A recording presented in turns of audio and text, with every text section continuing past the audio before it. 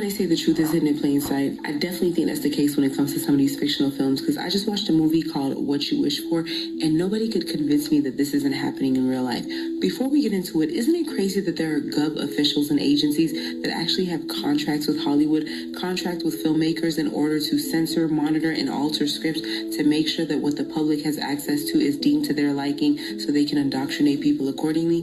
Now, in this movie, right, it's a chef. He's down on his luck, decides to leave the States because he has some gambling debt, meets up with his homeboy who's also a chef in Latin America, and the homeboy's doing amazing. Like, we're talking about private driver, private security, lives in a luxurious villa, all types of like luxuries. And he's like, well, yeah, what do you do? Like, how are you living this well?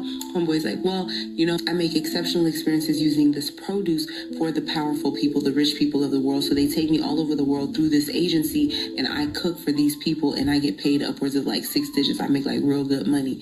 Y'all, what do y'all think the produce is? Now, crazy part is he's so incognito in what he does as a chef because of the type of produce he gets. They actually don't even know what he looks like. So in the movie, he ends up unaliving himself, and the homeboy takes his place because the homeboy's like, oh my gosh, now I can live this life. I can have access to all this money. I could pay off my debt.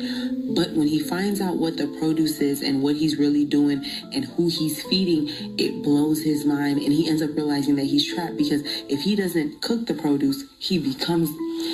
It's crazy. But when I started doing my research and looking at the background of the films and reading the comments, some people were talking about how ironic it is that there were 2 chefs who actually passed recently from drowning, and they worked for the White House. And on top of that, the investigations were closed down. And then it got even deeper, talking about that's not the only thing that the powerful and rich people were out here sourcing. And it led me down a rabbit hole of this lady who did like this eerie story time about mermaids and sirens, talking about the fact that there are people out here who pay fishermen who specifically look into mermaids and sirens because it's for this exceptional experience, because that's another form of produce. Then it led me to this creator who has now disappeared. His name was Ryan and his username was Sauce90, and he worked on a fishing vessel. He would literally film himself, and you would hear things while he was on the ship in the middle of the ocean, and you would hear things calling out to him distinctively.